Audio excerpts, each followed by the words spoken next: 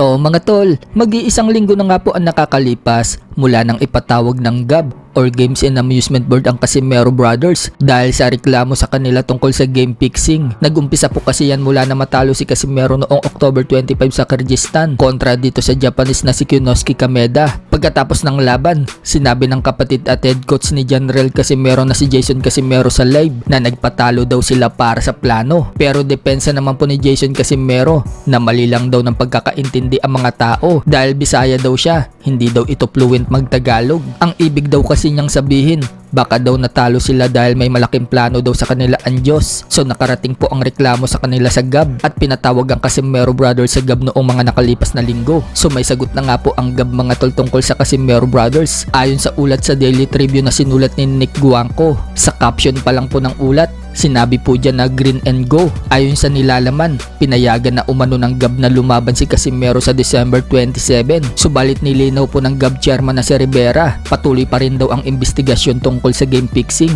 matapos makipag-ugnayan ang agency sa NBI or National Bureau of Investigation. Sinabi nga po ng GAB chairman na si Atty. Francisco Rivera sa Daily Tribune na nirepair umano nila sa NBI ang usapin na yan kasama ang pagsusuri ng cellphone ng magkapatid na Casimero. So pumayag naman po ang Casimero Brothers na isurrender ang cellphone nila sa NBI. So ibig sabihin lang yan mga tol, dahil sa GAB, tuloy pa rin po ang laban ni Casimero sa December pero under investigation pa rin po yan sa NBI. So ang hihintayin na lang po natin dyan yung resulta ng NBI. Sa kabilang banda naman mga tol, former featherweight interim WBA champion at ngayon ay trainer na si Jack Tipura. Sinabing mas maganda daw dapat nakalaban ni Casimero sa December 27 ay ang rematch kay Jonas Sultan. Tinalo na daw kasi ni Sultan itong si Casimero at binugbog, kaya yan daw ang dapat na makalaban ni Casimero para daw makaganti ito kay Sultan. Ang magandang kalaban sana ni Casimero si Jonas Sultan kasi natalo siya ni Jonas Sultan, binugbog siya, dapat gaganti siya. Sa ngayon mga tol,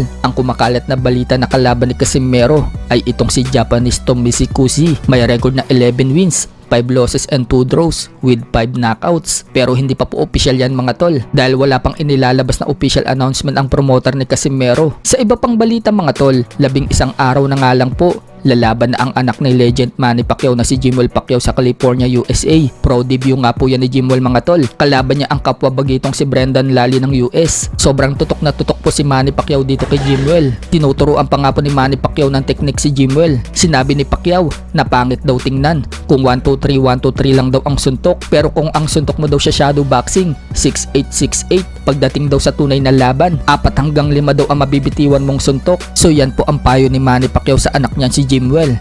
Itinatanim naman ni Jimwell mga tol sa isip niya ang lahat ng turo sa kanya ng kanyang ama.